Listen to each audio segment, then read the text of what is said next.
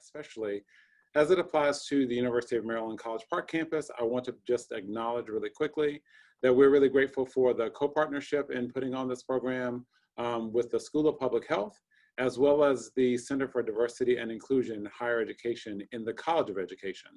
We also today want to acknowledge that this part of this program is also being sponsored by the Embrace Race at UMD organization group, which has been really responsible over the course of the past year and a half or so of stimulating conversation on our campus, specifically around race and racism and how it applies to our daily lived experiences here at the University of Maryland. That group submitted a request for a grant through the Pepsi Fund last year, and so we also are citing Pepsi and the SAMP Student Union as also participating in the conversation, or sponsoring the conversation. So we really appreciate all of the support from them as well. As you can see here on the screen, today we are featuring student voices. So anti-racism at UMD students' voices. We have 3 students, well, 2 students and a recently graduated alum, somebody who'll be participating in the conversation, and they will be joined by a professor from the Government and Politics department who will be moderating the panel with them today. What we really hope that you'll be able to do is listen in to these student voices and really understand not only about what it's like to be a Black student here on our campus, be you undergraduate or graduate student, but also how students are thinking about what is necessary in order for them to feel safe and to survive and to thrive here on the University of Maryland campus. As usual, one of the things that we have done is I've always tried to provide a background, a definition of racism for us to be working with in this conversation. Throughout these teach-ins, what I've really highlighted is the work of Dr. Kamara Jones, who's the past president of the American Public Health Association, and she's also at Harvard University right now. But the definition that we've used is that racism is a system. It's not a personal moral failing. It's not even a psychiatric illness. It's a system of power, and it's a system of doing 2 things, of structuring opportunity and of assigning value. And it does those things based upon so-called race, based on the social interpretation of how we look. Importantly here for us today in this conversation, as we amplify students' voices, what we want to be able to really call attention to is that the history of higher education has really pointed us towards a situation or a setting where some voices have always been given, or some bodies have always given more opportunity than others. We know that the way that Black students have come to college campuses, they have often come fighting their way in while also being denied some of the same opportunities that some of their white counterparts have been able to have access to. And even here on our own campus, we've seen from our campus case study, the Inclusion and Respect Task Force report, that students of color, Black students in particular, and Black folks on our campus have always talked about the experiences that they've had of being devalued, whether or not that is about experiencing microaggressions in the classroom, or being out on campus and having people deny that they should actually be here on this campus, or people being targeted with racial slurs or racial gendered slurs or racial queer slurs that are directed towards them to make them feel like they don't actually have value on our campus. So that's really the system of racism that we're pointing towards, how people are denied opportunity and how some people are disfavored on our campus. A really important part of this conversation today that we want to focus on is also having our students talk a little bit about what anti-racism would mean for them. Based upon Dr. Jones's the definition of racism, we've kind of been working with our own here, and you'll see even a slight change from the last time that we were here, that we really want to highlight that anti-racism is practice, it's behavior, it's what it looks like in our departments, in our student organizations, on campus. How are we behaving in ways that are necessarily protecting people's lives and making sure that those of us who are marginalized because of racism on our campuses, on this particular campus, feel like we are safe and that we are valued here. So we also just want to make sure that you have an understanding that anti-racism is actually about pursuing racial justice by naming, actively being able to say when something is racist. Also understanding what that means by contextualizing it in the history of racism in this country, and also contextualizing it within the history of racism at the University of Maryland, while also pointing towards how can we be accountable? What is it that we need to be doing to make sure that we are holding ourselves accountable for whatever racism looks like on our campus? How is it that we step up with personal responsibility, or how do we call the institution in to be accountable for making sure that we're, again, creating space that is safe for Black folks, and also perpetuating a setting where people can thrive? And then what does it look like to provide remedies for the racist systems that are set up on our campus? How do we provide restitution? How do we open up opportunities? How do we make sure that that the folks who have been marginalized by racism have access to the same opportunities that everybody else has in order that they might be able to thrive here on our campus, right? So that's how we are really situating this conversation around anti-racism as well. What becomes really important right now for us to focus on, even in this conversation, is that we're talking about students' experiences. Back in March, there was this article that came out in the Chronicle of Higher Education that talked specifically about how college campuses really co-opted the labor of Black students on our campuses, Black student activists in particular, but Black students in general, especially knowing that across the years, just like with America, Black students have often been the ones who have been encouraging institutions of higher education to live up to the ideals of freedom and equality and inclusion that many institutions, including the University of Maryland, advocate for. Black students have been the ones who actively started Black student unions. If we go back to San Francisco State University back in the mid-1960s, that was because of the work and the advocacy of Black students. If we think about the Student Nonviolent Coordinating Committee, that was young Black people who are actually interested in making sure that African American people in particular had access to the right to vote. And many of those folks were actually students who were doing the work. And even if we think about coming to the University of Maryland campus, there would be no Namburu Cultural Center without the work of Black students. There would be no Department of African American Studies without Black students. And if we think more broadly about higher education, even on our campus, there would be no Office of Diversity and Inclusion. There would be no offices that focus specifically on multicultural student services without the work of Black students on college campuses who through the years have been the ones who have been demanding and saying that we need spaces on these campuses to help us feel safe and to help us have places where we can go and thrive as Black scholars. So we really want to acknowledge that there's a history of unpaid labor that Black students have been putting in, and it's really a point of reckoning for us to be able to recognize that labor and really come to terms with what it is that we owe Black students for the labor that they've been putting in. And it's also really important to note that Black students on college campuses are not ahistorical, and neither are they acontextual. What we know is that the history of Black radical thought and Black radical movements in this country have always been held up by significant people, including folks like Frederick Douglass, a Marylander, somebody that many of us hold up as a bastion of justice, somebody who was able to speak directly to power and demand what was really important for the life of Black people. And so what we want to be able to put out in front of you as well as we turn to the panel is that we want to hold up this quote from Frederick Douglass, who actually articulated very well. Power concedes nothing without a demand. It never did, and it never will. So today we really want to be able to honor the voices of Black students who have been consistent with the legacy of demanding that institutions live up to the value or live up to the values that they say that they actually embody. And so right here at the University of Maryland, we want to have this conversation today. I want to introduce Dr. Kenisha Bond, who is a professor in the Department of Government and Politics. She's going to come on, she's going to lead these three students in this conversation. We hope that everybody leans in really closely and pay attention to what it is that Dr. Bond and the students have to offer us today. Also, just want to acknowledge too the work that has been put in by two of the assistant directors in the Department Diversity Training and Education Unit. Jazmin Pichardo and Sika will come on closer to the end to close us out, but I want to be able to publicly thank them for the work that they put in. So with that, I'm going to turn it over to Dr. Bond. Great. Good afternoon. I almost said morning.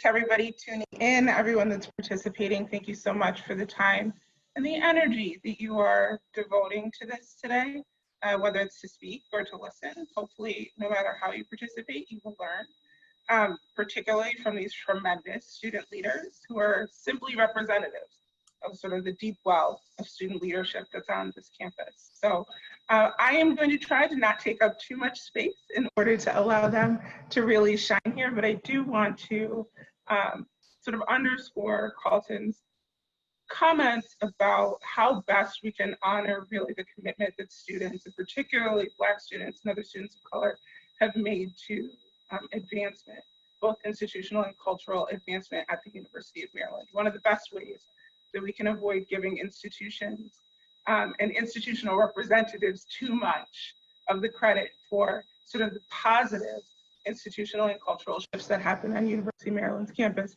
is to listen very carefully and critically to the student community and to very vociferously actually honor their contributions. So I, yes, am Kenisha Bond. I am actually a former BSOS government and politics professor. My heart remains with the Maryland students, however, so I'm very happy to be doing this today. So with that wonderful introduction, I think it's probably best that we move maybe straight into some conversation or questions from the students. We'll take a little bit of time to do that and leave hopefully about 30 minutes for Q&A. So if you've got questions, comments for the commentators, please send them along. So maybe we'll start with just a check-in. I think that might be useful.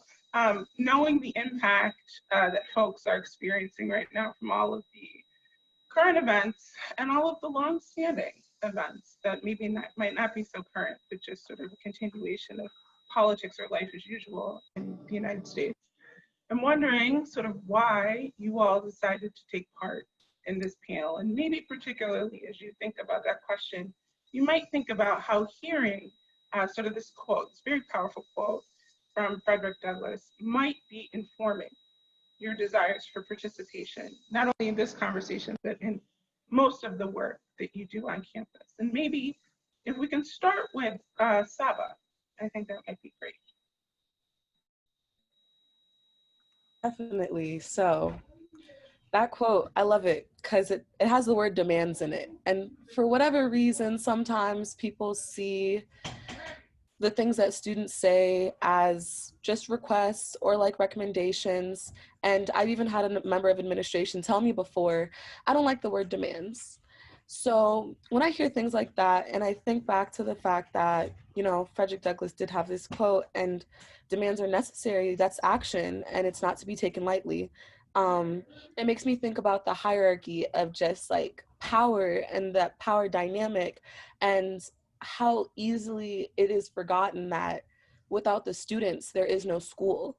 Without the 30,000 undergraduate students, you don't have anyone to administrate. Without the 10,000 graduate students, you don't have anything. So while there might be financial, like contractors or different organizations, at the end of the day, without the students, there are no schools. So that makes us the most important stakeholder.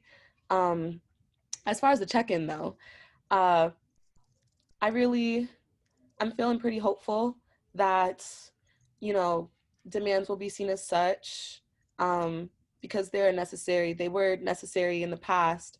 And now we finally have, you know, some microphones to amplify our voices. So I'm just thankful to be here, thankful to have the opportunity.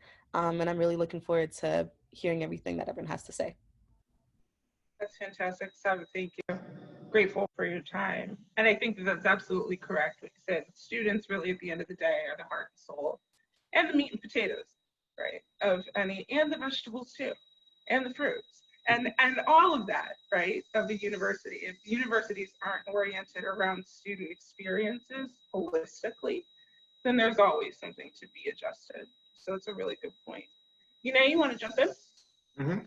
So in relation to the quote, I am very much inspired by it. I do think that we are having a reckoning at this moment where we are acknowledging the existential threats that many of our students are facing, and how many institutional factors play into this, and how it is the responsibility of every individual and every system to account for this.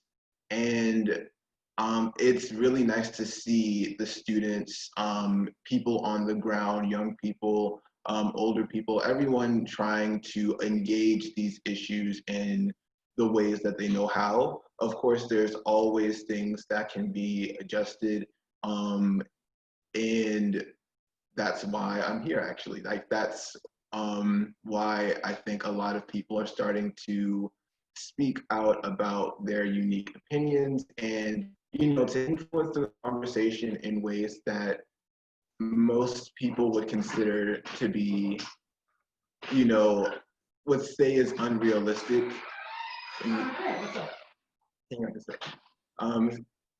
They would say it's unrealistic, even though it is, sorry about that.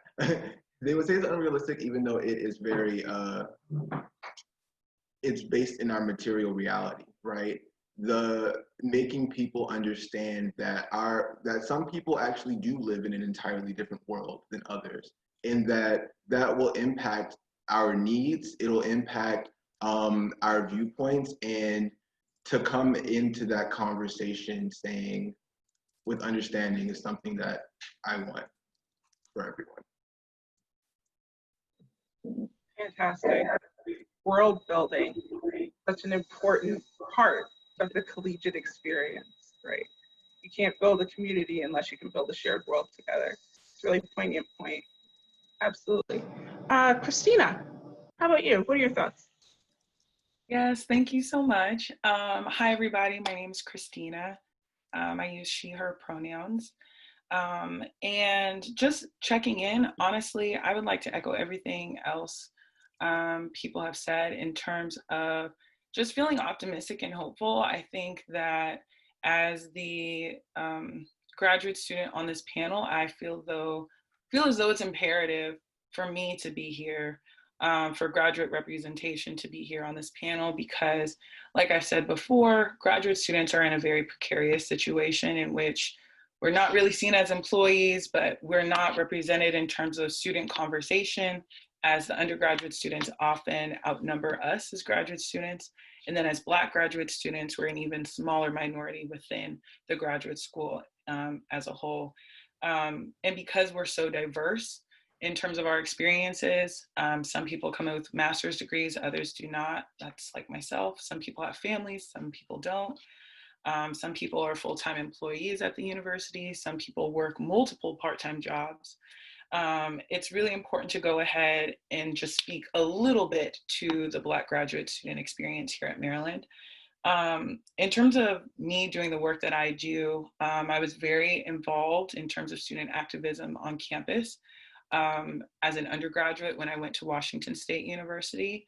And when I came to Maryland, because of the arduous nature of my PhD journey, I was not able to be as involved. But as time went on, that was a part of me that I could no longer ignore. That was a part of me that I could no longer silence. And so it was so important for me to get involved and to amplify my voice, as well as other Black graduate student voices who may be bogged down with research, who may be handling multiple classes in terms of teaching and taking their own seminars. And again, all of the other responsibilities of graduate students. So the quote by Frederick Douglass really speaks to me in terms of taking deliberate, intentional action on behalf of not only yourself, but in addition to the community that you may represent. And so that's really important that the University of Maryland sees us as students, but also as teachers and instructors in terms of counselors for a lot of us Black graduate students. We also counsel the Black students who come to us who say, like, you're my first Black instructor I've had at Maryland. So it's really important to go ahead and continue working and making sure that the university is held accountable.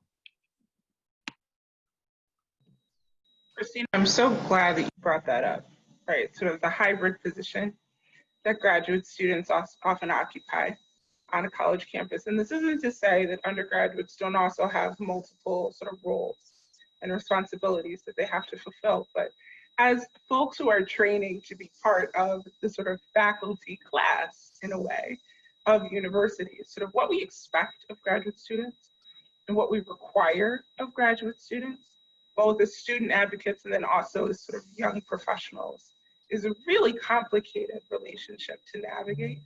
And it may actually be more incumbent upon us to do a better job of recognizing that than perhaps we have so far. All right, with that in mind, maybe Christina, if we could stick with you here for a second, because you did already start to answer what is the next question that I see coming up, and then Yuné and Saba jump in where you feel ready to. But if you could say a little bit more about the issues on campus that are sort of closest to your activism right now, and how exactly you see anti-racism or anti-racist action as being a core part of your advocacy for those issues. So I first want to say for a lot of us graduate students, so I'm going into my 6th year here at the University of Maryland. And so for a lot of us Black graduate students, we have been here for a large chunk of time, right? And during that large chunk of time, just even within my 6 years, there have been at least 6 major incidents of anti-Black racism on this campus, right? So we think about January 2014, that was when the racist letter was circulated around campus. We had March 2017, that was when white national posters posted on campus. April 2017, we had the noose. May 2017, we had Second Lieutenant Richard Collins be murdered on this campus, right? June 2018, we had Jordan McNair. He died. It just keeps going, right? Early February 2019, we had 4 pictures of Maryland students in blackface surface to the attention of the UMD community through yearbooks, right? So so many issues come to mind, but I think in terms of myself, we have violence in the classroom in terms of teaching. We have funding. The issue of funding is really big, and as well as support for our research, right? All of these are interconnected, again, because a Black graduate student goes ahead and occupies all of these spaces at once, and we're expected to still produce. We have this kind of philosophy, publish or perish, right? If you're wanting to go into the academy, you have to be able to produce some kind of work, go to conferences, network, teach, etc. So I would say probably those 3 areas are the most important to me. In terms of Black Graduate Student Union in general, as I am the president of the organization, because we're such a wide, diverse body of students, we have issues that range from childcare and maternity leave. What does that look like in terms of your degree process? We have just a wide variety of things. And in terms of anti-racism on campus, it has to be said and understood that Black people are not a monolithic group. And that you cannot go ahead and say, well, the Black community. What do you mean by the Black community? We are a diasporic people. We come from a wide variety of places and experiences. And then when you compound that with the graduate student experience, that expands even more.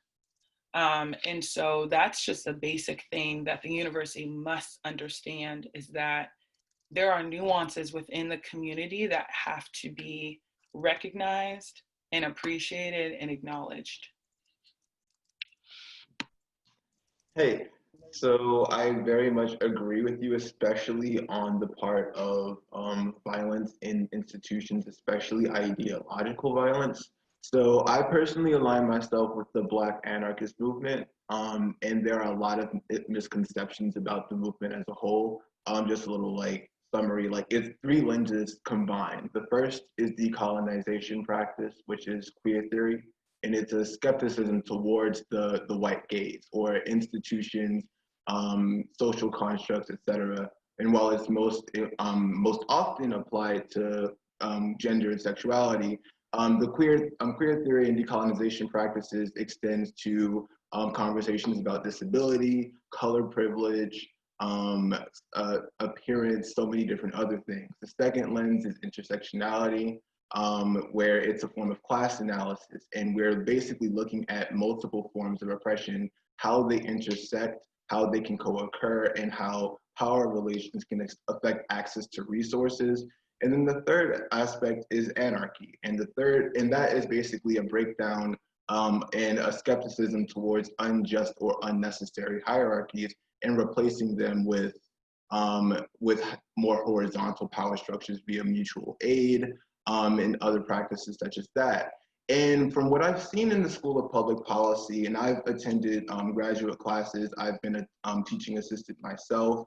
I have been in the policy space, and so many times I've been silenced by incrementalism, by people who view the world through the white gaze, in the sense that capitalism, that the capitalist white supremacist machine that guides our entire governmental organizations, our economic institutions, the roots from which our entire society, including the University of Maryland, have been built upon, that's just washed under the rug, right? And so when you include anti-racist actions such as abolition as a form of legitimate policy response, when we start acknowledging that eugenics and scientific racism and degeneration theory impact every sector of science and how that's applied to how we view the world. Like, for example, modern day transphobia originated from eugenics, but we won't be able to make that connection if we don't even acknowledge the very real impact that eugenics has on current day societies. And so when that lens isn't even considered, then our entire ideologies, our entire lived experiences, where we are trying to end existential threats to entire groups of people now, not 50 years from now, it'll look completely unrealistic to somebody who never even considers that. And so what I try to do is push, I do try to push institutions, I definitely try to push people to challenge the assumptions that they're making, because what ends up happening is a lot of the times Black students have to water down their policy options in order to placate the egos of people who have no interest in seeing things from the perspectives of others. And while yes, it is not in the interest of capitalists to honestly engage with critiques of capitalism and how that very much works with racism in order to create many and all different kinds of marginalization.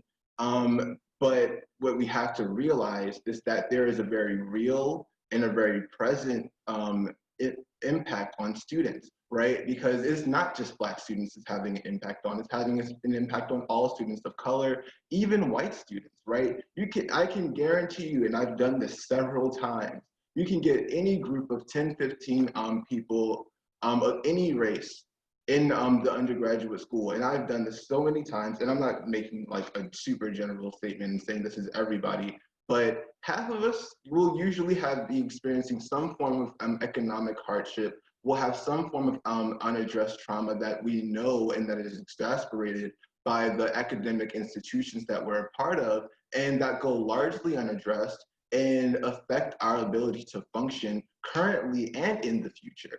And I do think that there needs to be a reckoning with the impact that this has on the mental health of students, how not acknowledging this will impact job prospects in the future, and then also the impact of what that has on now, because what we can't remove is the fact that while nobody wants to say it, we have contracts with Maryland Correctional Enterprises, which is literal slavery. We have contracts with many different economic institutions that contribute to globalized wars and globalized impoverishment.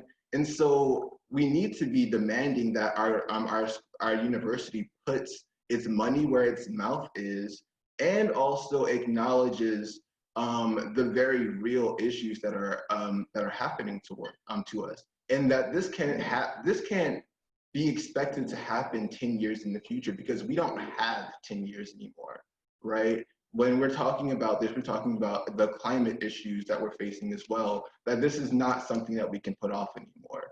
And so really recontextualizing all of this to say we need rights now, we need resources now, we need redistributing of power now, and that our institutions currently are not accountable to us, and that it's not in their interest to help us, to give us resources, and that it is in their best interest to placate us with symbolic gestures. And so what do we do with that, right? And instead of falling for that gaslighting, really engaging in radical acceptance is something that we should really get going with. Yuné, thank you. Saba, take it away. How could I take it away from that? I mean, honestly, it's just so much of what you said really got to me, because like this stuff is crazy, honestly. But trying to leave from that, I'll say in what I'm doing to make the community better individually, I'm really trying to get more people into schools, because there's such a big gap for people that, like, there's so many people that would never know that this conversation is happening because they're just not even getting into the schools. And that's really where I'm focused on. You know, I tell everyone, just pick one thing. My one thing is trying to get more Black students into school, because a lot of people don't know this, but I was actually denied from the University of Maryland. At first, I came in through the Academic Achievement Program, which is an amazing program that brings in first generation, low income, and Black students from Maryland and gives them a second chance. So I would love if everyone can look up the Academic Achievement Program. If you don't already know about it, it's a lot of great minds. They're giving really majority Black students a second chance, and that's the reason that I'm here. So once I got into the school, I looked around, I saw that there wasn't a lot of Black people. I was like, oh, I wonder why this is. And then subsequently, my sophomore year and my junior year, my two younger cousins, I have 8 cousins that graduated from the University of Maryland, kind of crazy. But I got denied in 2016, and then my 2 younger cousins both got denied in 2017 and 2018, but they were overqualified. They both had over 4.0 GPAs, were from PG County, which is the county that we're in, inside of Maryland. And one was the captain of the swim team, the other one was on the SGA. It really didn't make any sense to me. So when I looked more into that, it really made me sad, because you know, their lives were changed forever because they didn't get into University of Maryland. One of them, you know, didn't really go to school, and then the other one went to Towson. And it's crazy to think, because we're like Maryland residents, that we can't get into the school.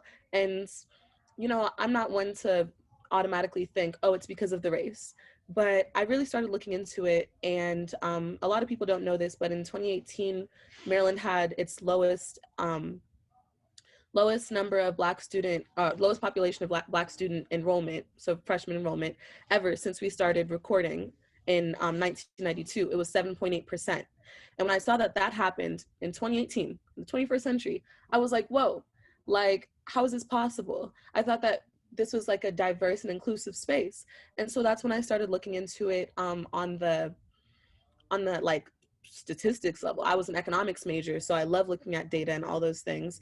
And I was like, this doesn't make any sense. I had meetings with admissions, wasn't making any sense. So I said, boom, I'm not gonna just sit here and wonder about it. I'm gonna actually do something about it. So that's when I started. I became the president of the Black Honors Caucus my sophomore year. And I implemented a program, or I requested from the former Chief Diversity Officer, Roger Worthington. I gave him a program. I wrote up a whole proposal, 13 pages, when I was a sophomore, kind of crazy to think, but it was called Come to UMD Initiative, because I wanted Black students, or really just people of color, to go with with admissions representatives to the 13 high schools in Prince George's County, so that we could help recruit students. to have them come in. And I tried as hard as I could, did that program for 4 months. And then subsequently, I mean, it really didn't have much of a change in the numbers. I was hoping, you know, numbers gonna go up 5%. It went up like 1%. So that's very concerning. And I've, while I did that as the president of the Black Honors Caucus, it really, I had a lot of meetings with members of admission. I tried to have a lot of meetings with, you know, the president and people that could actually implement the change. I just could not get the meetings. And back then I didn't really think about it. I just thought, oh, you know, they're probably busy. But this is something that I was trying to bring up to them in 2018. They can't say that there was not a student that was talking about this stuff. Now, fast forward to 2020, in June of this, so this past month, and I'm putting something into the comment for the chat for reference now, if anyone would like to click into it. I brought this conversation back up last month, beginning of the summer. I was like, hey, thankfully, finally, this is becoming a conversation. In my opinion, where all of this begins is Black students not being let into the University of Maryland. So I formally wrote a petition and made a video for President Pines because, or at that point he was the incoming President Pines. And I emailed it to him, I emailed it to the VP of Diversity and Inclusion. I did as much as I could, right? Without starting a riot or anything. And unfortunately, I wasn't able to get any meetings with anyone, but thankfully, President Pines on his first day, he put out, you know, his Terrapin Strong initiatives, and the 9th one down was advocating for the increase of admitted Black students as well as the entire diverse population. So I'm not gonna say that this necessarily was me doing it, but I'm just gonna say activism works. Caring about something and putting a little bit of effort into it. At the end of the day, I didn't have a protest. I just voiced my opinion. I was just active. This is something that I truly care about, but I didn't tell them like, hey, this is a hill that I'll die on. I was just like, hey, please listen. You know, I think this might be something that we seriously should look into because of reasons X, Y, Z. I listed it right out. You guys can click into it and everything. So that is what I was doing, or what I have been doing. I picked one cause. I stayed very true to it. I understand you can't do everything, but this is something that I was personally impacted by because my cousins, one of my cousins, thankfully she was able to transfer into Maryland. She's about to graduate this year, but like she got denied. She's going to be someone's physical therapist, but she got denied from Maryland. And, you know, it's not like they're necessarily doing surveying to ask students. Something that admission says is, oh, they don't want to come to the university because of the acts of hatred and terror that they've seen. Well, what are you doing to change that? Like, what are we doing to make students and the entire community of PG County feel like Maryland is not a racist place? Well, first you have to make it not a racist place, and then you have to invite them in. But from what I'm seeing as a person that lives in PG County, that's been a Maryland resident, when I tell people that I go to Maryland and I'm active, they're like, I'm sorry. That place is so racist. 30 years ago, when I went on a student tour, there was people basically implying that they were like monkeys. This is Black students that went on a student tour at Maryland 30 years ago. I have been on a bus on campus and have been called the N-word. I've been on a bus another time and someone has implied that I was like a monkey. People have touched my hair in class. All of these are unacceptable, yet I haven't seen Maryland take a stand against that. So I think that it's extremely symbolic, and if that's what you're trying to go for, that's cool, but I don't think anyone here is trying to go for symbols of anything. To put, you know, Black people in power, I love that. I think it's a great symbol, but we seriously need policies to protect students. And just the last thing that I want to say is Protect UMD is I don't even know how to describe it, but on November 17th in 2016, it was my birthday.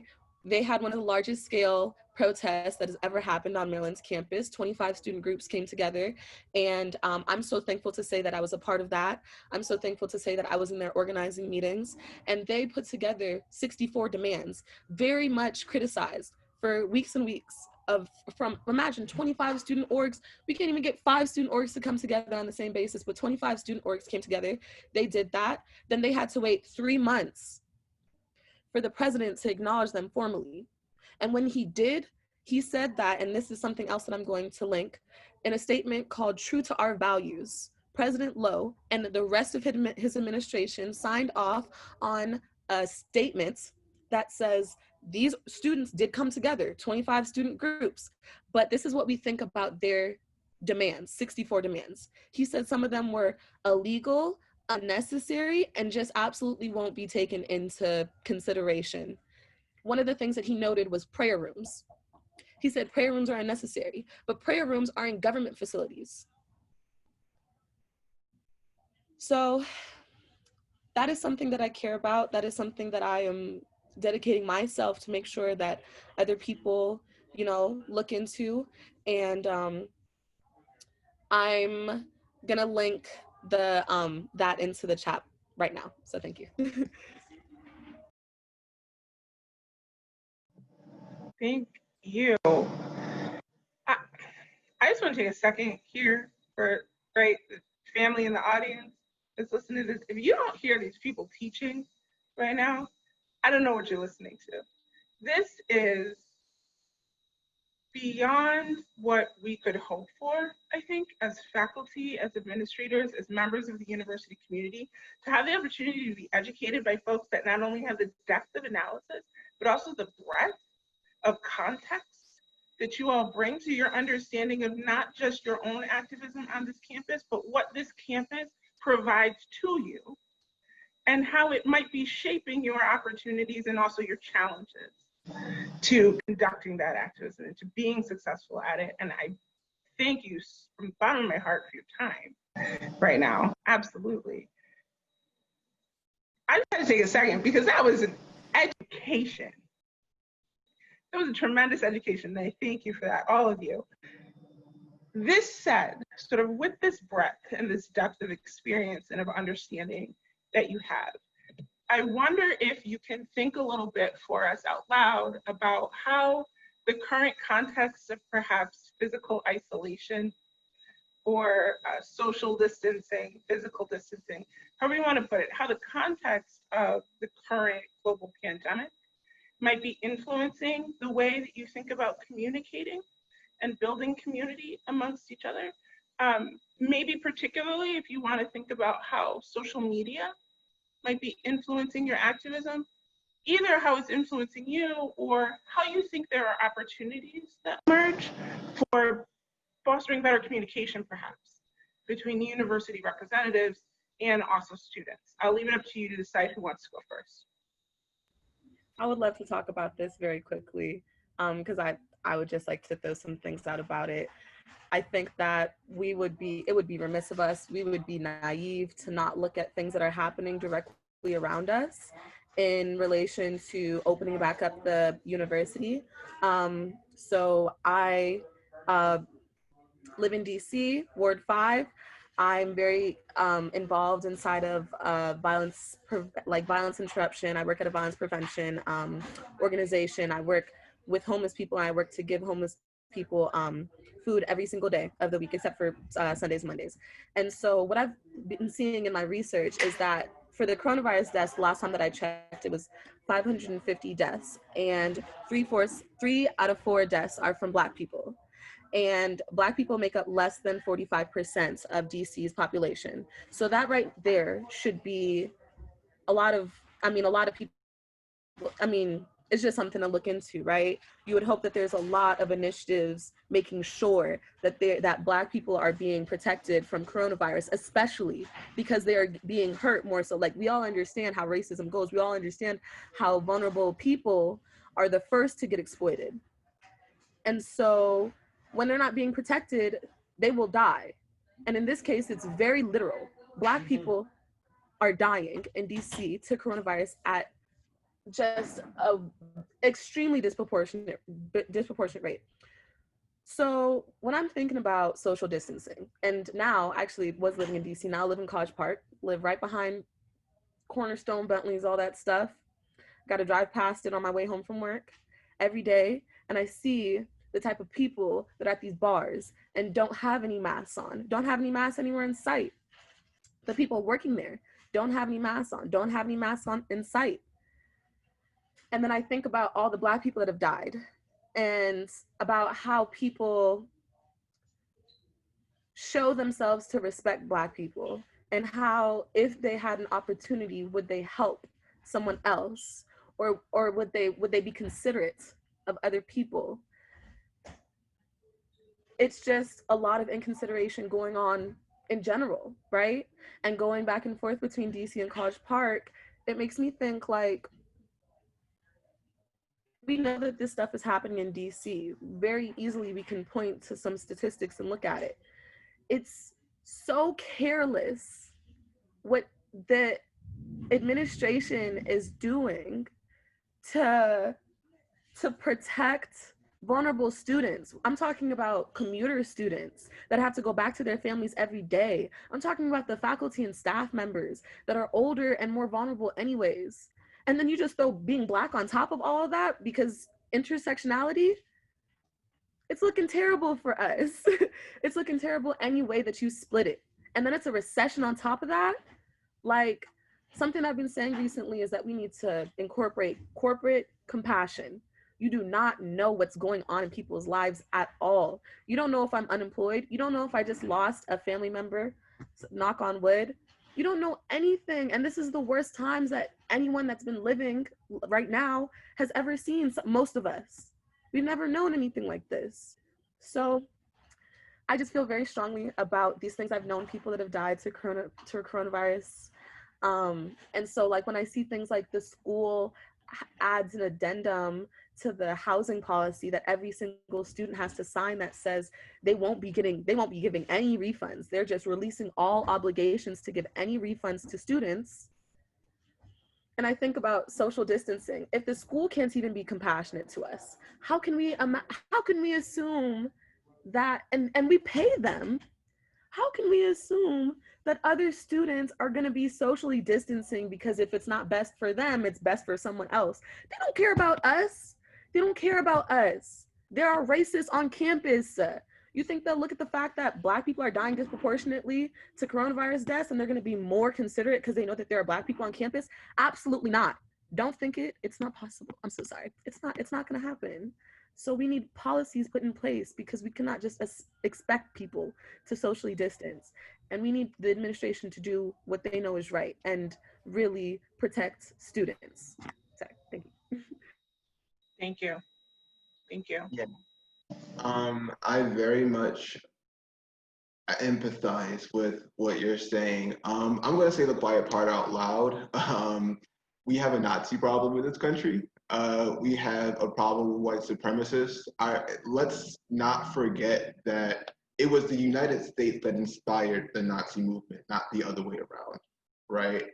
It was the United States that first started the gas chambers, not the gas chambers started in Auschwitz.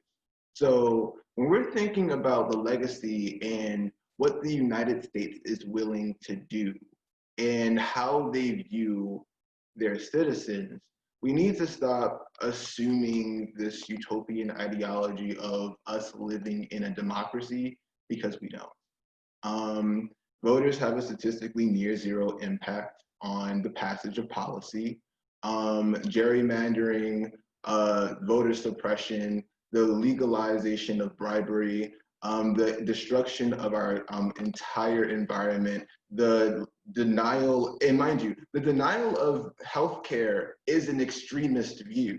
It is not like some regular policy decision. No, it is an extremist view to have one country out of 33 that is considered developed not providing universal healthcare, right? Our politicians are not accountable to us because they never have been. If we can't directly remove them from power and hold them accountable for their actions, the people if we can't do that, then our politicians aren't accountable to us. We have a serious problem when our country just decided that racism was over after the Civil Rights Act, and then directly after that started killing all of our Black thought leaders. And while that was happening, they reinstituted slavery via the mass incarceration system. And then the same issue happened after after the recession in 2008, right? We haven't even recovered from the 2008 recession. And now we have a climate crisis to the point where this is the last year we have to institute policy, right? Before we're like almost to the level where we can't fix things. And people my age are worried not just about, our short-term interests, but we're worried if we're going to live to even get to be 50, right? Because our issues are that extensive. We're worried about whether or not the people calling for civil war being funded by government officials, because mind you, even in the 60s, right? The KKK was deputized by police officers. The entire policing institution as a whole has always been and always will be purposed to protect property, first and foremost, and second, the social ideas that our government has been founded on. And unfortunately, the unfortunate reality is that our government was never unracist. That government has always been the tool for, that capitalism has always been the tool of our state to enact racism, misogyny, transphobia, and many, many, many other forms of phobias that are derivatives of white supremacy, and they are not separate issues, they are all linked, right? And in acknowledging our universities' shared history, right? And starting as a plantation and starting as a capitalist institution, it becomes clear that we are facing a great deal of institutional trauma. We're facing a great deal of institutionalized neglect, and we're facing very intentional attacks on life, right? Because if you have, we know and we've seen Betsy DeVos not be able to answer the question of how are you going to protect students in the reopening plan, right? They don't want to, right? The goal is not to help us. The goal is not to save us. It is to inflict conditions on us that will increase death, but increase profit, because we have a profit-driven economy.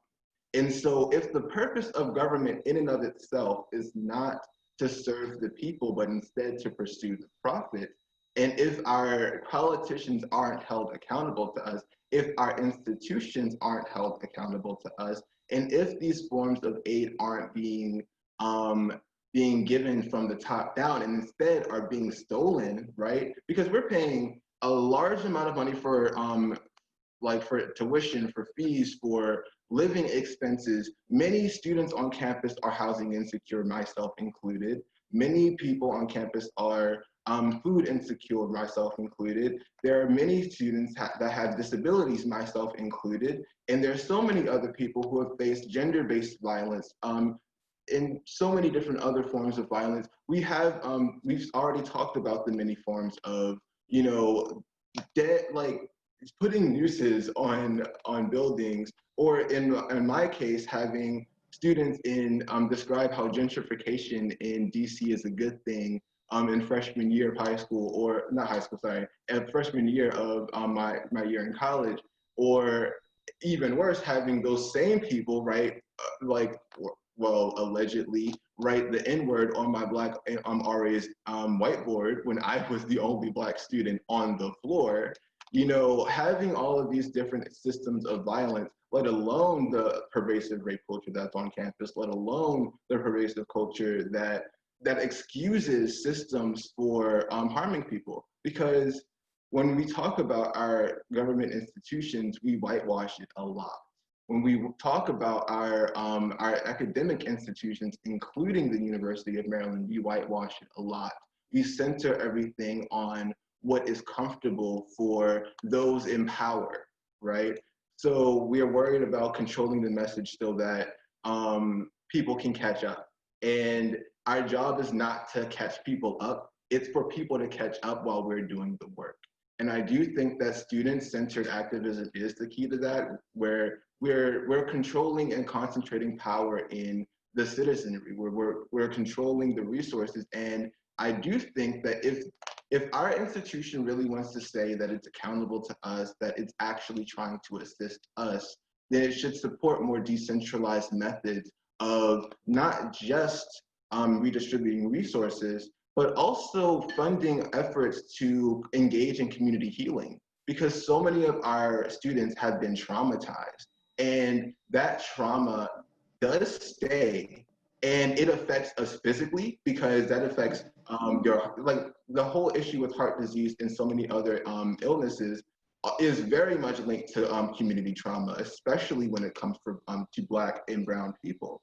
And so decolonization as a practice, as a leading lens of guiding our praxis, is something that we really need to really consider and act upon. It isn't enough anymore to say like first Black anything. It's not enough to even say we have a law on the books if it's not doing anything. It's not enough to say that we're going to do something. And even the issue with what we're teaching in our institutions, right? Like I'm a policy student. In my policy 203 class last fall, we learned about Kant, we learned about utilitarianism. Turns out when I went and studied more philosophy on my own, I found out that some of the people that we were studying were proto-Nazis, right?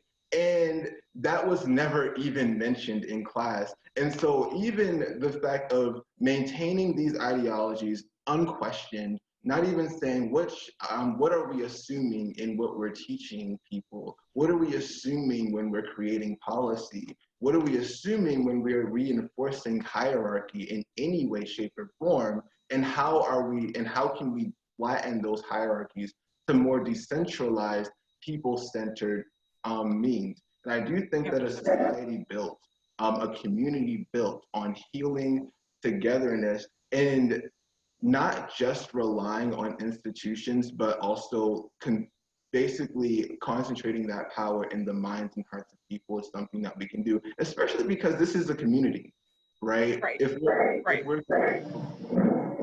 we're community, we can do things and be self-sufficient. And I do think if our university actually wanted for us to be self-sufficient, it would have done so already, right? If our institutions wanted us to be sustained, it would have done so already. And I do think that part of the issue is the organizational structure of our academic institutions as well, and who they answer. I think that that's a tremendous point. You know, I think that that's a really tremendous point about sort of the need for holistic solutions, which is also something that Saba had brought up as well, right? That it's not enough to sort of work in a piecemeal fashion. And what I think I'm hearing from you is that what you're looking for in terms of an institutional environment that's not only anti-racist, but also conducive to your health, wealth, and development is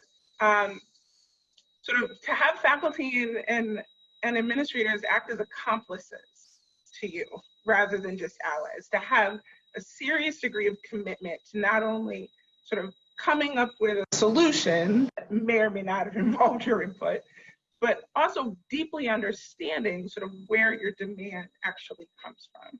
And so I think maybe right here is where I particularly maybe want to ask Christina to jump in, because I think your perspective as a graduate student here might add some really important nuance to this conversation. What actually would it look like for you, for Black graduate students, for graduate students writ large, to be included in that kind of nurturing environment that's not pandering? Yeah, so I think it's really important for the university to kind of understand that without a healthy human infrastructure, the university is not going to operate, okay? And And as part of that human infrastructure, we need to go ahead and think about Black graduate students as well. And we cannot go ahead and continue to accept nor applaud performative allyship. I think you just spoke to it, Dr. Bond, in terms of we don't need streets painted. We don't need another plaza with a statue. We don't need, you know, just we don't need that. What we need is action, deliberate action. And in terms of graduate students and the university reopening and the conversation around that, it is reckless. Saba is correct. It is reckless to open up the university. We have folks who are dependents of individuals who, or who have independence, who have independence and who are caring for others who are immune compromised, right? We have, I believe it's Vice President of Student Affairs, Patty Perillo, saying like, hey, if students are gonna be on campus, then offices need to be open for those students. Why is campus even being open? And so for those of us who are in teaching assistantships, graduate assistantships, and research assistantships, that is putting us at a disposition in which we could potentially not be well, right? Graduate assistantships, going ahead, we teach classes at the masses, right? So you have your 101 class, that's going to be a lot of students. We have labs that have a lot of students.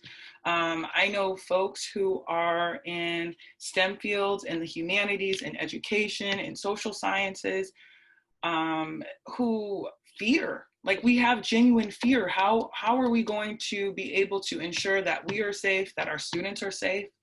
And that is a problem. That is a sincere problem. I don't know if administration recognizes that. I think they're just thinking like, hey, everyone will do their part. And that is not the case. That's simply just not the case. I'm blessed to say that my department, my home department, they decided we will be teaching online, okay?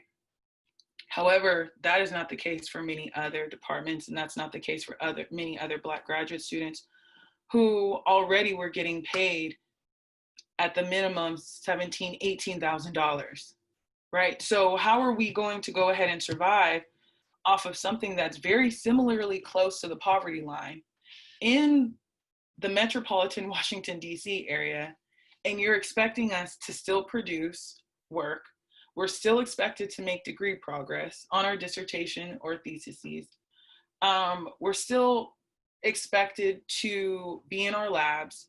How is that a possibility? I don't know. I would love to go ahead and have an answer from an administrator, truthfully. But this period of right now has allowed me to really recognize the community. And again, the organizing that students, graduate students have done.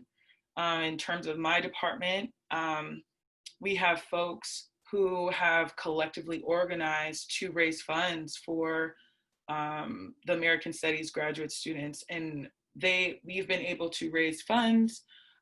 They have worked tirelessly to advocate on behalf of us to our department, in which they've been really receptive. But again, my department may be an outlier. There are some folks who they're the only one of three, right? They're Black faculty. They may have one Black faculty member in their department. And you just have to think about the labor that really goes into organizing. You have to think about the time, the energy, the resources. Just earlier today, my chair had connected Saba and I through an email, and I was very intentional. I said, thank you so much for what you're doing. Like, not everyone steps up to the plate. And again, there's different ways in which people can step up to the plate, advocate, and have genuine, intentional allyship. But to be on the ground doing work, talking to people, going to this meeting, going to that meeting, doing this petition, organizing this protest. It's a lot. It's a lot, and it wears. And I think while it does wear, it also brings a lot of joy to know that you are actively trying to push back against institutional structures that have said you don't matter, that have said you're not worthy of a healthy place to live, a healthy place to learn and to grow as an individual and as a young adult coming into their own. And so I think that's really important and valid to go ahead and acknowledge the work that student activists have done on this campus and at large. And so, yeah. Yes, Thank you so Christina. much. Yes, I'm girl. sorry. Stay in the fight. Stay in the fight. I mean, you know, sometimes I don't even look at it like that, but I really appreciate you even just summing it all up, because it's just an everyday thing at this point. It's not even, it's like, for me personally, I can't speak for everyone, but just me personally, knowing that there are people that are getting treated terribly just because of the color of their skin or where they're from. I don't even want to go too far into that, because when people are ignorant, they don't even understand that is what it is at the basic. They don't know. I mean, they say that they don't know any better. That's not acceptable, but that is why they're doing it. To think that if I was a person of privilege, I'd be wanting to do the most. So it just happens that I also am a person that is seriously impacted by racism and stuff. But two things that I wanted to say on that. I wanted to take a second and talk about trauma, because there are some things that might be in the air, like, oh, it must be so hard for that person or this and that. I want everyone that's on the call that is listening to me right now to know that I am extremely and deeply traumatized by the racism that I've seen on this campus that has been done to me, but I've also seen been done to other people. I am seriously traumatized. If you've never heard anyone say it before, I'm a student. I'm saying that I'm traumatized.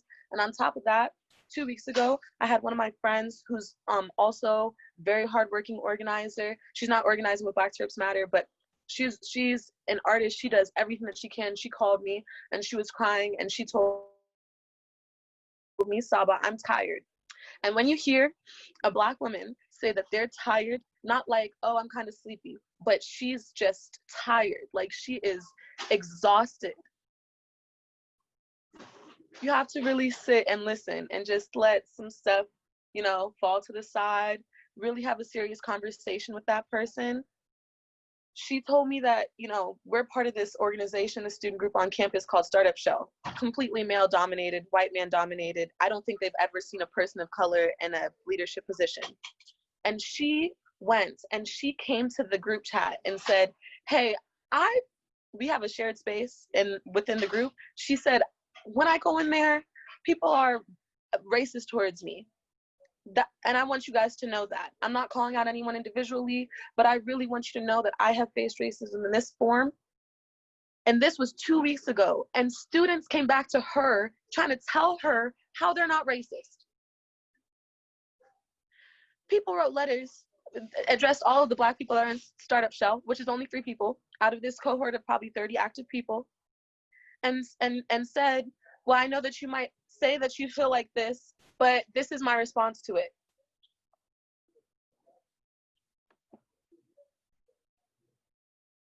Yeah, so that is one of the most horrible parts about academia while Black. And, you know, as someone who has PTSD themselves, like I totally empathize. And I just want to stress that, like, the reason, you know, the laughable but really shameful part of what racism really is, you know, I'll give an example, right? You would think that, like, and I keep going back to Nazis for some reason, but you would think that, you know, the people who were, you know, the Germans in Nazi Germany would, you know, have this super huge disdain for every single person that's not like them. But it actually wasn't like that, right? When Nazi POWs came to the United States, they were horrified at how Black people were treated, right? what does that tell you about what racism is? No actual racist, no actual person willing to enact genocide actually thinks of themselves as racist, right? And that's because of what white identity has been constructed to be. And that's what I think has to, be reckoned with, because what white identity really is the absence of racial scrutiny. And entrance into whiteness via light skin privilege, white passing privilege, is a very clear indicator of how these power structures exist. Because if white identity is based off of this, like literally just engaging in colonial practices, that includes benefiting economically from oppression, that includes engaging in other colonial practices abroad, and other, like, such as and that can go in a lot of different ways, right? The humanitarians that end up destroying economies via the vanity present in their volunteerism. That is even an aspect of whiteness that we don't really talk about, right? And how that can be destructive to communities, especially in the nonprofit space.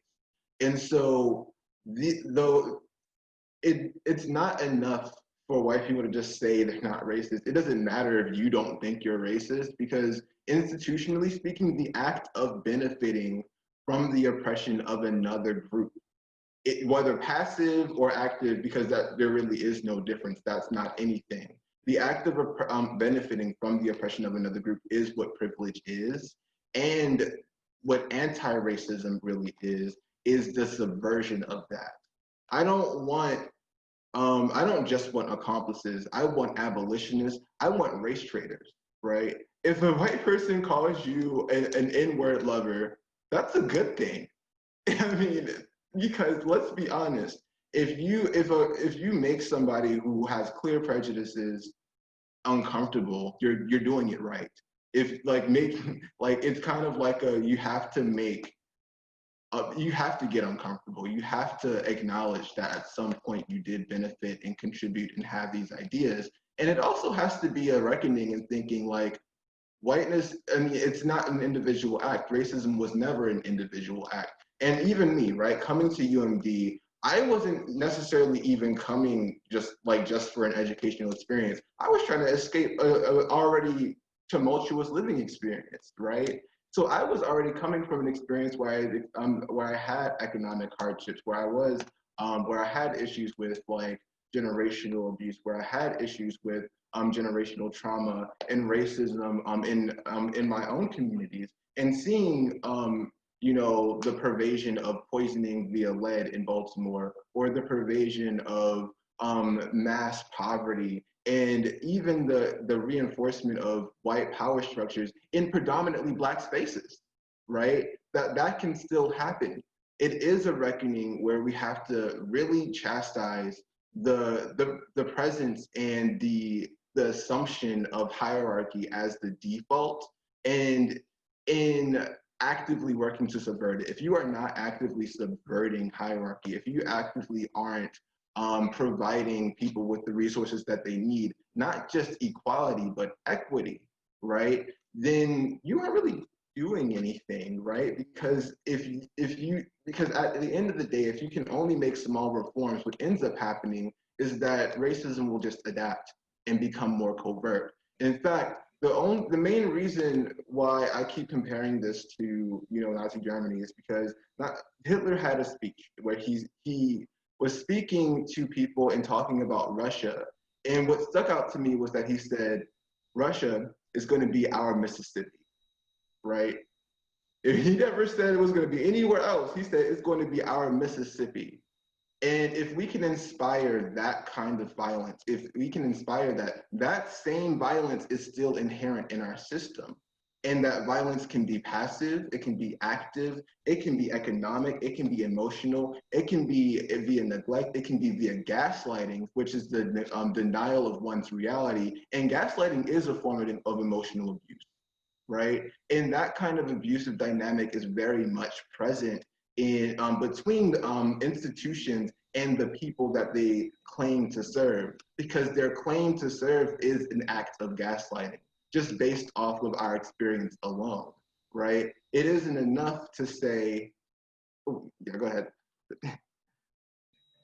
Oh, sorry. It's not enough to say we aren't being racist anymore. It's we're healing the wound, right? You can't, like as Malcolm X said, you can't say we fixed it when you didn't even pull out the knife yet. We have a whole prison system that is engaged actively in sterilizations, genocides, mass killing, the facilitation of sexual assault and mental illness, and slave labor of 100% of all able-bodied federal prisoners.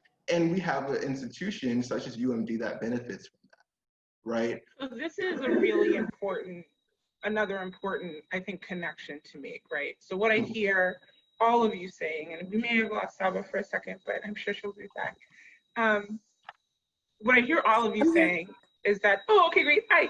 That there needs to be a recognition of UMD as not sort of an independent entity, but it's instead sort of embedded in this broader system of political, economic, social system that is American, that is global, that is transatlantic, however we want to think about it, right? But it's simply not a standalone product of just the people who happen to come to the campus and stay there for a certain period of time, right? And so, you know, there are a few questions, and I do want to pivot because we have about 15 minutes left, and I want to make sure that you get a chance to respond to the folks that are listening to you so intently and appreciating the time, the energy, the labor, let's say it, that you're putting in for this public education. There is a lot of recognition of sort of the physical and also the emotional labor that you're not only describing, but that you're also putting in right now. And I think around that, it can be easy to abstract labor, to say, well, it's just, you know, it's stuff that you do, and there's not really sort of a concrete version of understanding sort of what it means to not only make someone whole for what they've paid for someone else to sort of benefit, but also to make sure that you are using that payment, in a sense, to restore that individual. So there is a question that's come through that I want to pose to you, that someone has posed to you that I want to put. What would reparations to Black students at UMD look like for the unpaid educational and emotional labor that you put into your time of being students on campus?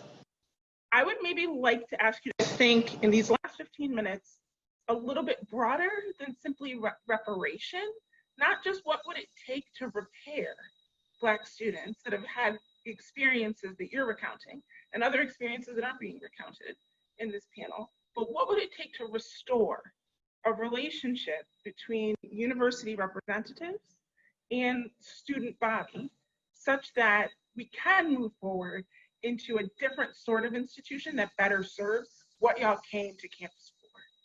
So maybe can I ask if we can start with Saba and then move to Christina and then Yuné, and then if there's time for another round of quick questions, we'll do that. But I really want to hear what you guys are thinking about this question. Yes. So I thought about this question a lot because since I've been dealing with, you know, admin, since I came into the school, really, I was the president of the Black Student Union's Freshman Council. So I've been trying to do this work for a long time. I was like, what can they do to make me happy at this point? Because it's a lot of things for me to be unhappy about. I've come to the conclusion that, you know, coming out of school, I'm about to graduate this December. I want to see accountability. I want to see accountability measures being implemented. I just want to see people doing the things that they say they're going to do. Like, they say they're going to do a lot of great stuff. The stuff doesn't actually happen. And I'd love to break this down for anyone that cares. I put some information to the chat just now about Black Trips Matter. It's a platform that me and a few other people, I don't want to talk about it too much, but we're organizing on campus. If you follow that, you will be more than updated on everything that's happening.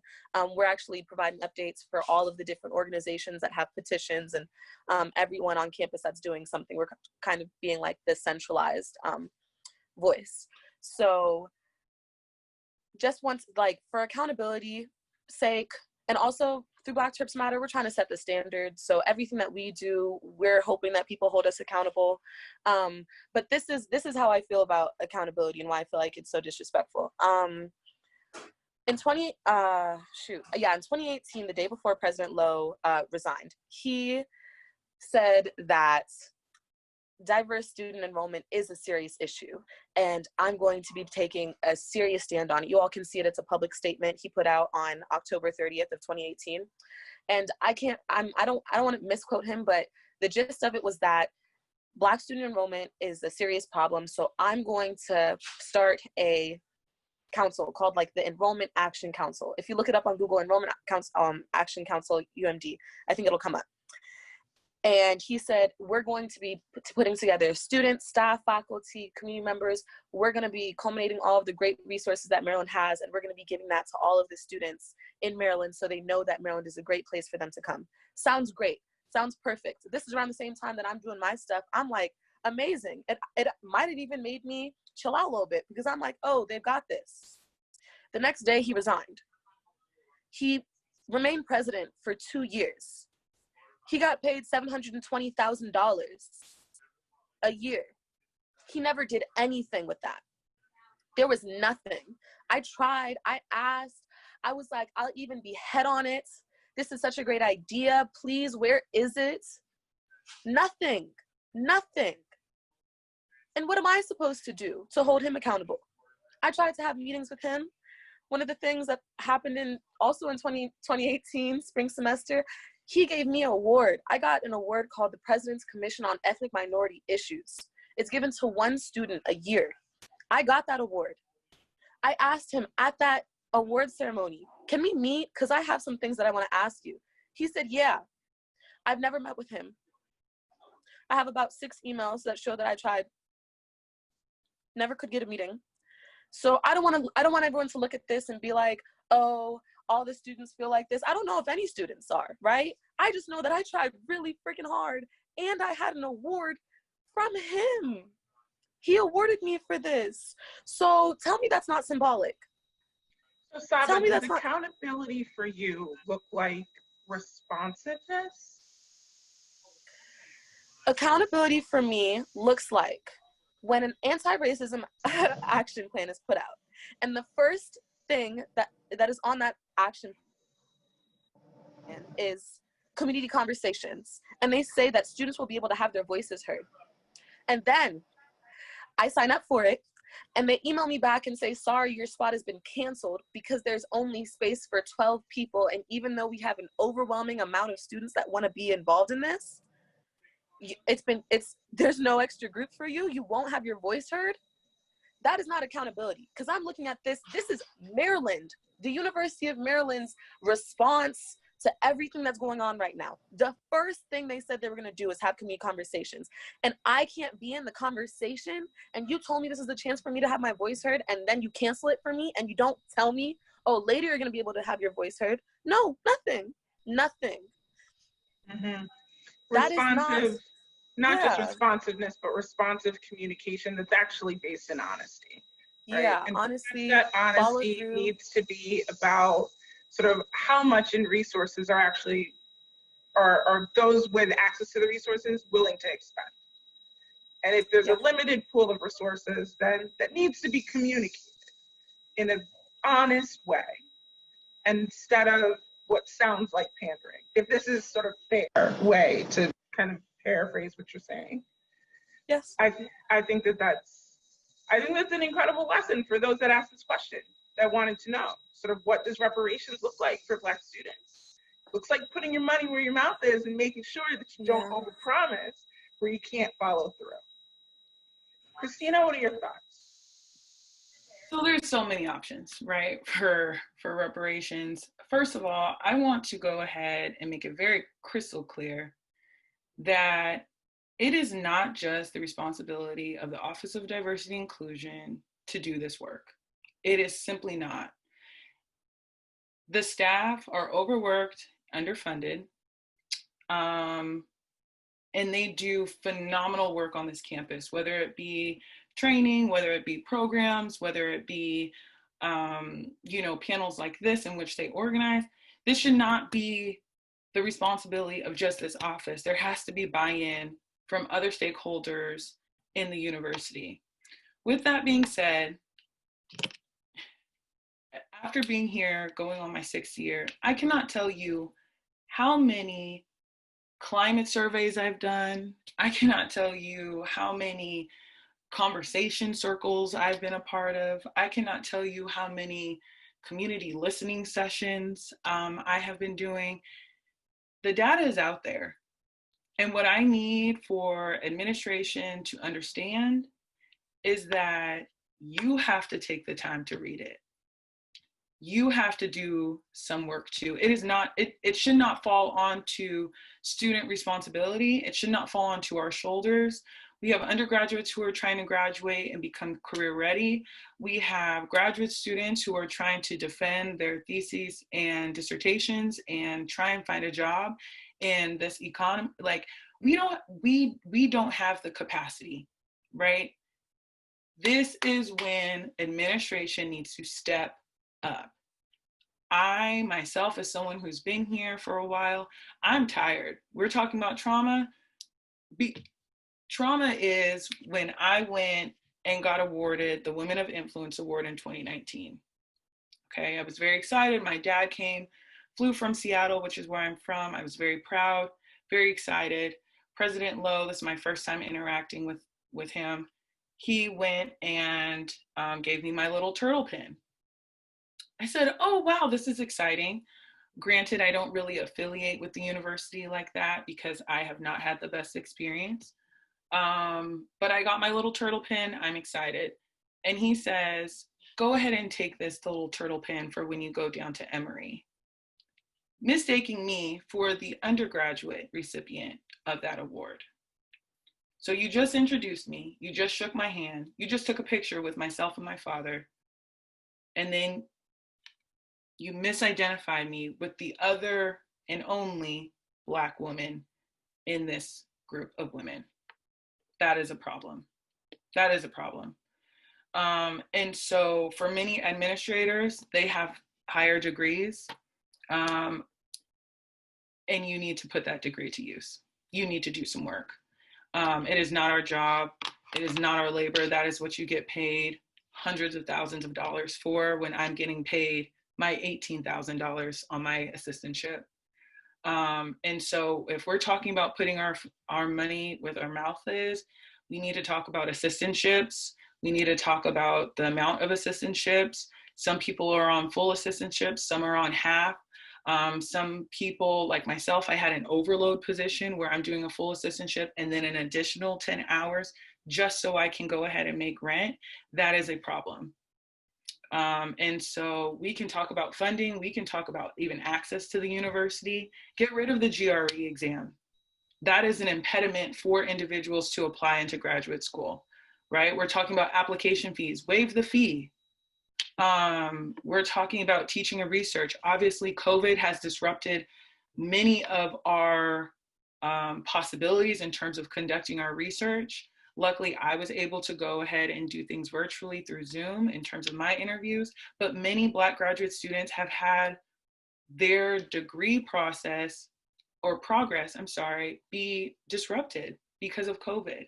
And we're fighting racism. You got to give us something. What I'm hearing from you, I'm sorry, Christina. Yeah, no, go ahead. Really quickly to jump in, so what I'm hearing from you is that reparation and restoration for you looks like respect, but respect that's really grounded in an actual, again, honest understanding, right? So if you're willing to hear what student grievances are, what student experiences are, and then it's enough just to hear it, then you're saying that's not enough. Yeah, I think it goes back to Saba's point of accountability, right? What have they been doing? Again, I've taken numerous climate surveys, listening circles, community talks, courageous conversations, whatever you want to mask it as. But there comes a point in which the data is there and you're not doing anything with it. And again, the university contracts out to Gallup, right? They have contracted to other people to do surveys. I don't understand why is there no action? A lot of information and not enough action. And exactly. So it's maybe time to clear the backlog in that way. Yuné, in the last sort of 2 minutes that we've got here, I think I have a good idea of what you might see as both restorative and reparative in terms of sort of what the university and university representatives can do for Black students on campus. But can you give us just a quick, maybe 45, 60-second soundbite on that? Thank you. So, one, I just want to stress that a lot of people know what they're doing when they're disenfranchising people, and we should, I think, seeing greater acceptance of that and moving forward with that as our baseline, advocating for agency, not freedom, because freedom is always subject to exploitation. I want us to start thinking about beyond just ideologies and thinking based on our material realities right now, instituting consequences for institutionally racist actions, even if they are passive, right? Instituting empathy in the form of institutionalized mental health in support of that, moving away from profit-based community models because profit-based models do not help communities. And then moving away from exploitative systems and towards radical acceptance of impending threats such as climate change and domestic terrorism, both of which are influenced and contributed to by campus communities and institutions and financial, and as well as financial institutions. Faculty, administrators, staff, fellow students who are listening to this, you're looking for a list of actionable items, there you go. There's a pretty extensive one that's come from all three of these scholars. I don't know what else they could have offered you today. I think this has been incredibly illuminating. And for me, actually a very uplifting conversation, listening to you all and learning from you and communing with you. This has been fantastic for me.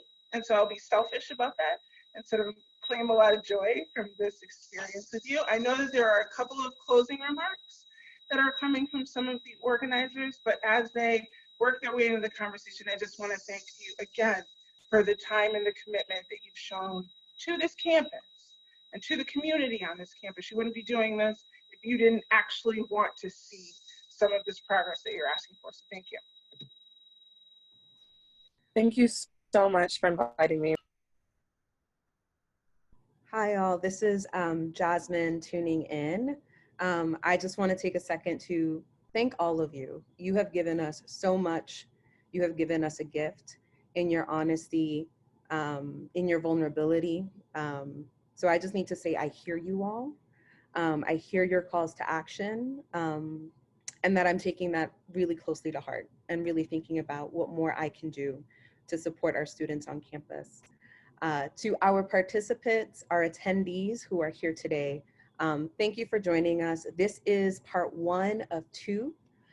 So please keep an eye out for additional announcements because we will be highlighting more student voices just to hear more about what our students are saying about our campus and what they want to see change. And you can continue to follow us at go.umd.edu/UMD Solidarity to hear more updates about upcoming programs, events, opportunities to connect and engage and to deepen our learning and to do some action. And I've handed off to my colleague, Sika. Hi, everyone. And yes, I definitely echo Jazmin's just thanks and just gratefulness to all the students who participated in this panel. We really couldn't do it without you. We couldn't do this work without you. So thank you. The last 2 pieces that I wanted to follow up with in terms of action steps as a result of this conversation is we are working on an anti-racism toolkit that is directly going to be linked to some of the pieces that the students on this panel talked about, some of the things that the students on the next panel will talk about, as well as just some really important resources and context that are specific to this particular university and what anti-racism might look like here. And then the last thing is just I heard and was happy to hear the focus on really needing to name and also acknowledge and repair and address the trauma that students in particular experience as a part of their experience at this university. And so we are currently in the works, or sort of in the process of working on providing some healing spaces and really making sure that that sort of healing justice piece is really central to some of the programming that we have coming up. So definitely folks keep an eye out, and the toolkit will be made available to participants very shortly, as soon as we can. So otherwise, I just, I guess I'll close out and say thank you to the panelists, and thank you to everyone who stayed, as well as, right up to the last second. We really, really appreciate your attendance.